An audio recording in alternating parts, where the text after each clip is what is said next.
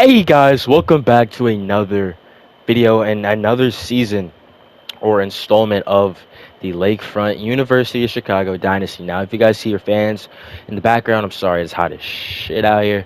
But I just wanted to first off, there's so much to talk about this season, so much to get into. I'm so excited. I know you guys just saw the intro video of me behind the scenes doing everything. I didn't really talk. I didn't want to talk over that. I just want to get everything done. Oh my gosh, recruiting was a mess because of how many guys we lost. We've moved up already. It's not in the future tense anymore. It's in the present tense. Like we've moved up, or pretty much it's in the past tense at this point. We're in the FBS level. As you guys see, we're looking at the top 25 rankings. There's so much stuff I got to get into, like the team, the players on the team, the guys we lost. Of course, you see the rankings, our schedule, and all of that good stuff. But guys, first off, thank you to the MAC giving us only 4 conference games this season, or around that. We don't have that many conference games this year. It was a one-time thing. We made a deal with them, so that's a big plus for us because we get to play a lot more non-conference opponents in other schools than we have in the past. But again, from next year on, we're going to be playing, they're standard on 8 conference games, but we got less conference games than the other players in that other teams in that conference. We're trying to make the conference championship, guys, but I'm excited, boys. But first off, we're going to look at the top 25s now. So they have Texas ranked at number 1, Georgia at number 2, Penn State at number 3, Oregon, Miami, Michigan, Clemson, Baylor, which is interesting because I would not expect Baylor to be up here in the top 25 to start off this year. Interesting. Florida, SMU is also a cool pick for the top 10. Auburn, Pittsburgh, which is really interesting because they have not been that crazy. Especially first in the ACC is really interesting because just aren't you guys first in the ACC? I guess they're tied. Who knows? Indiana, Texas Tech, USC, BYU, Arizona State, Kansas State, Notre Dame, Illinois, Duke, LSU, Mississippi State, Texas A&M, and Iowa. Now, Texas A&M, there's something big coming up with them later, but I want to look at the Heisman watch just to see like what players are projected going really high in the Heisman watch. They have Ryan Williams at number 1, Jeremiah Smith at number 2, Darren Mensa, the quarterback, Arch Manning, the quarterback, and Devin Dampier, the quarterback, all because they are, I guess, Texas's quarterbacks and they're number 1 ranked. I don't understand why they have 3 quarterbacks on the Heisman Trophy race list currently to start the season, but okay. Now the team, bro, we lost a lot of players. So you guys saw in the intro, I was scrambling trying to recruit as many guys as I could to fill those holes that were left behind by our past guys who decided to leave. So we're gonna go from pretty much position to position, just going through who we have. Timmy Lavellis stepping up. He is going to be. He has the starting job. I'm not gonna lie. He got the starting job to start the season. But again, we have Bradley Easter, who's right behind him, and Damon Brandstarter, who's again right behind him. This is a rookie. We just got a freshman. He's a sophomore. Timmy is a sophomore, but we gave Timmy Avellis the captain patch. Also, he is going to be sporting the number 8 this season for Kobe, and because he wanted to switch it up from that number 3 spot. So going into his second season on the team, he's going to be wearing the number 8. Timmy has the starting spot easily. No reason why he shouldn't. He had a pretty solid season last year for him being a freshman, so him getting the starting spot this year only made sense. Going into our running backs, guys, we lost Corey Alexander. He went into the transfer portal. No idea where he went. But now we have Kenyon Lamar. He played a couple snaps last season, but now he's tasked of stepping up into this position. Kenyon Lamar is going to be our starting running back going into this year. He's played a couple of games, not full games. He's only got a couple snaps here and there, but he's going to be starting day 1 for us versus our week 1 or week 0 opponent. So it's going to be interesting to see what he has in store. Weems, Stephen Burr, as you guys saw us recruit him last year. He's a freshman. We also got Spencer Jarvis, another freshman, and George Phoenix, another freshman. So we have 3 freshman running backs straight under him. Forward back still going to be Bill Logler. He's not going anywhere. Our wide receivers is something I'm really excited to talk about. Nitro Tuggle, the junior. I believe we got him out of the transfer portal. Don't remember exactly where he came from. But this guy is a speedster archetype, 3-star rating out of Indiana. Now, he's going to be a really interesting wide receiver for us. I'm really excited to see what he has. But again, we lost a lot of wide receivers, as you guys are going to see. So he's going to pretty much have that wide receiver one spot. That's what it's looking like to start off the season. If you guys look down, we don't have Matthew Peace. We don't have Jalen Morton anymore. You know, they went in the transfer portal. They are at somewhere better, I guess. They didn't believe us. We went to the MAC division. We would be good. They were like, all right, we got up to this point. I kind of want to look at other teams. And that's understandable. You know, it is what it is. But look at this. We have a junior wide receiver who's going to have the number one spot. And then, of course, we're going to keep. Oh, shoot. We also lost. Damn, we also freaking lost Deshaun. Wow. Deshaun left, guys. Deshaun Alchuin went in the transfer portal as well, and he's somewhere else. He didn't get that much game time. He pretty much showed out in the postseason for us, and I guess he had enough tape, and other teams were interested in him, and he left us, guys. So this is going to be really interesting. This is just whole new waters for us, especially because we still have Kelson, Scobro, which I'm really excited that we still have. I'm glad we're keeping some guys from last year. That great playoff, stunt that we had. That's the first playoff loss that we've ever had in this entire dynasty, and it was a tough one too. Just horrible pass by Chris Garrett's, really fucking us over, and leading to that tough loss on our red zone too. It's just the nerves get to people, bro. Ray Sean Atkins. This guy was a freshman we recruited a couple years back out of Bountiful, Utah, but he's now a sophomore, and he's going to be getting that wide receiver 3 spot just because of not only the shortages we have in that spot, also because he's just a high overall than the other players. If you want to look at the other players, I mean, we have Logers, who's been here. He's a senior now, but he's been here for a minute. And then we have Addison and Robert Daniel, who are both freshmen. But Logers could be potentially trying to fight for that spot right there to get that wide receiver 3 spot from Rayshawn. But who knows? The season goes along. People might get injured. He might not be doing as well. So we have to put in Joshua. Is what it is. Tyler Berry's still here, which is something I'm really happy about. I'm glad we're able to hold on to him. He's still on the squad, still sporting that number 81. He's a sophomore this year. Technically, he's a junior, but we're going to call him a sophomore. I don't give a fuck anymore. Let's just say he had like a weird year, and he was able to fight for an extra year of eligibility or some shit. Who knows? But Ben Brule, we saw a little bit of him last season as well. He's a sophomore this year. He was a freshman last year. He's a wide receiver, tight end too. Sorry.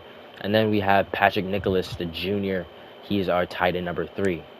Now, our left tackles, you guys can just scroll down. Well, I'm scrolling down. You guys can see exactly who we picked up. We got a little freshman right here and another one right here that we recruited last season to try to bulk up this left tackle room. Also, the left guards. It's pretty. We have a sophomore who's going to be starting. Another sophomore. Arrow's side, he might get some game time here and there. But we'll see, of course, if he is good enough to fill any position here. David Durham, we were able to convince him to stay. He was willing to leave, but for a senior redshirt season, he's going to be staying with us, which I'm really proud of and happy that he's doing that. Again, you can see our other guys underneath. Our right guards, Trayshawn Weston still here as a sophomore. It's pretty young right guard class right here. Right tackles, Naku staying for his senior season. He's been with us for a long time. Glad to see he's still here. Left edge, we still have a couple of new guys, but that's cool to see. Our right edge. What was this? This was left edge. This is right edge. Johnson Jr. is still here. I'm really happy to see him. Chief Borders, I'm sorry. We recruited this guy. Haven't really seen too much tape on him. I'm kind of interested to see how he's going to do. He's sporting Jim Morton's number from last year. We'll see how he does. He's probably going to try to get this right edge number 1 spot from Joshua Mickens. Frederick Stevens is still here. He might change his number again this season. Who knows? And Jan Virginia's still here. Looks like we're going to have to recruit this position hard because we have 2 seniors that are going to be leaving. So defensive tackles is definitely a position we have to recruit. Our Sams are still here for our linebackers. Again, another position we're going to have to recruit just in case anyone leaves here. We got to fill this position.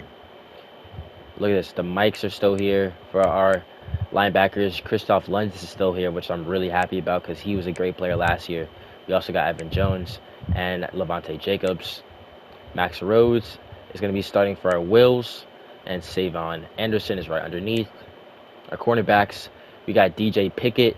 I believe this guy, we probably got him off the transfer portal, I believe, or we didn't recruit him, so we definitely got him off the transfer portal. He's gonna be starting for us. Look at that 88 overall cornerback. Levi Bridges is still here. Eddie Dawson is still here, which is something I'm really happy about. Jarek Harper, another guy we recruited off the transfer portal, so we'll see how he does. Curtis Benko, we recruited from high school last season, so he's here. Austin Bradley, our only free safety. Our strong safeties, we have Drew Surges and Chuck Blount. We recruited him out the transfer portal. Glad he's here. Our kickers, Jeff Diggs is still here, and we have Ben Brooks, and then our punter, Sterling Sawyer. Now, here we are getting into the schedule. Now, guys, before you guys look at the schedule, there's some big stuff that might take you guys by surprise. I would advise you to sit down for this because this is gonna be crazy. Now, the chef in the kitchen, Tomas Hammock, kind of went a little crazy for his final season here. He's trying to prepare us for the next coach that comes in, getting us some good experience as a team. Relatively young and old team. I feel like we're fairly balanced right now. Recruiting is definitely going to come in handy. But look at this schedule, bro. We went absolutely insane. Just take a breath and look at it. Playing a ranked Texas A&M team on the road. Then we play Boston College. We're going to be home. Then we play a currently ranked SMU team. We're going to be home. Then we go on the road to play Illinois for the first time ever, which is a game I'm really excited for. Just seeing how they do versus us because, again, currently they're ranked, but we haven't seen Illinois. They are pretty much the biggest team in the state of Illinois. So them playing us is going to be, we're going to see them. We're definitely going to see them again in the future. But currently right now, this is our first ever matchup with this team, and I'm really looking forward to this one. Then we play Boise State. We're going to be at home for this game, so we're not going to be seeing the blue field just yet. But then here's the conference games. We play Buffalo, Bowling Green. Then we have to go on the road and play Kansas State. Then we play Akron, Ball State, and then Central Michigan. So 1, 2, 3, 4, 5 conference games on the season. Thank you for the MAC for allowing us to do this. This is a one-time only thing, but thank you guys up there in the MAC. And then, of course, we have a rivalry game versus Illinois. We're not playing Chicago State this year, guys. I know, but it is our first year ever in the FBS level, so we're just trying to play a lot of different teams that can not only give us good exposure, like this game's going to be nationally televised, this game's going to be nationally televised, this game's going to be nationally televised, this game's going to be nationally televised, this game's going to be nationally televised, and then this game might just have, it might be televised only in the state of Illinois and around there, and around that region. So this might be a regional broadcast, but again, like the other up games, like they're going to be on smaller channels. So I'm really happy about this. Am I confident? Yes, I feel like we have a chance, but it's going to be an interesting game. It's a night game as well, which I didn't see. I do want to look at that, like which games are night games, which games are day games. So this game's a night game.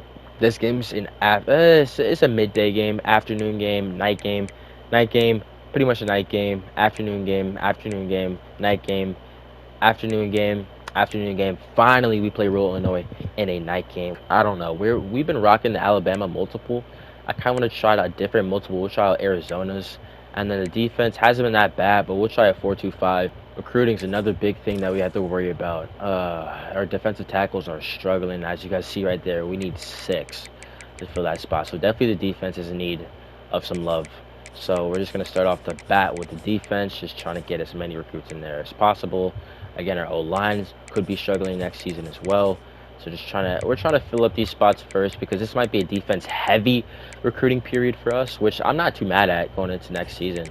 But this season, we're kind of expecting to take a couple losses. Again, that's not something we want to do, but it's still on the table. We're not gonna be naive and be like, nah, we're not gonna take any losses this season. It's definitely on the table. So who knows what's gonna happen? But we're just trying to fill up this board with as many players as we need to. Boom, we need some cornerbacks. So we're gonna get them in there. Damn, this might just be all defense. And then I do want to get a couple offensive guys. Looks like we need a wide receiver as well. So we'll get you guys in here.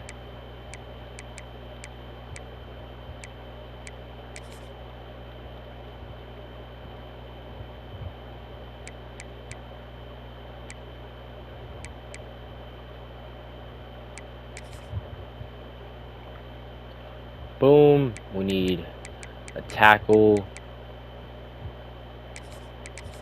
Boom, and that's it. So looking at our recruiting board, ooh man, we have a lot of players up here. There's still gonna be a couple guys looking for, of course, some smaller schools. Us going, we are apparently really high. Apparently we have like 4 stars, something like that. So we're gonna be looking at 5-star guys, which is way too early for us to really be picking. But yeah, I don't know where to start, honestly. We'll start with this next week, but you guys can see every single recruit we have on the board. This is one of the first years we've actually filled up the board, which is pretty cool to see. But guys, I hope you guys are enjoying this video. I hope you guys enjoyed this video, because this video is now done. I'm about to hop into this game, Texas A&M. It's gonna be an exciting one. It's gonna be a doozy. But as they say right there, bring your earplugs, because this is gonna be fucking fun. Love you guys. Peace out. Have a good one. Let's go.